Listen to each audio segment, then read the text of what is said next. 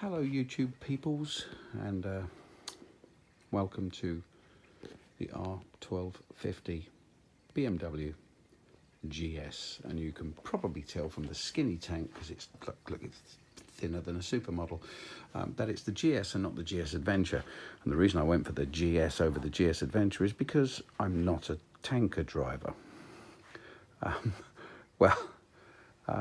to be honest, I don't really want to ride a bike that long without taking a toilet break, and while I'm doing it I can probably put some fuel in.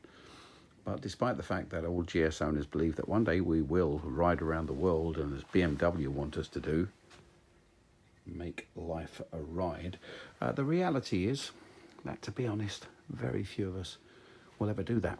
We'll go out for a blat every now and then, and we might maybe one day pop up to the Lake District, or up to Scotland, or over to France, or something like that. But very few of us will ever get the chance to take our bikes around the world, as much as we'd like to do that. Anyway, the reason for making this video is I recently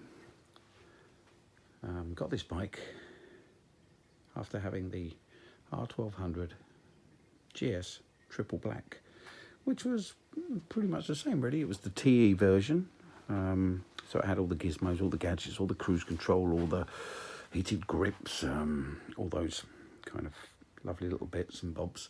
I've got the luggage over there. There you go, there's my luggage. A question a lot of GS owners will be asking right now is, should you take the leap to the new R1250, whether it be the GS or the Adventure? Well, the new one does this. Yeah. Now that is an £8,000 iPad. And the reason I say that is because if you've got a PCP deal on your motorcycle, then chances are by the time you're ready to trade it in, it'll probably be worth something like around £8,000 or thereabouts, depending on how many miles you've done on it and how well you've looked after it. My triple black 1200 GS that I had just before this was in impeccable, because I'm a bit sad when it comes to keep my bike clean.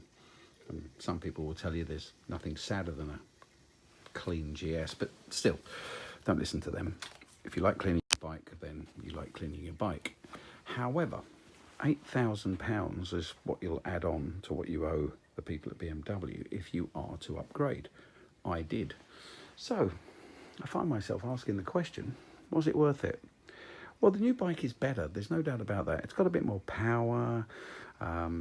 This one, you know, it's got a few styling changes, but essentially it's still a GS at the end of the day, and doesn't really ride that much different to the original. The suspension, is it better? Not really sure. Some will tell you it is, but I'm not convinced, to be honest with you.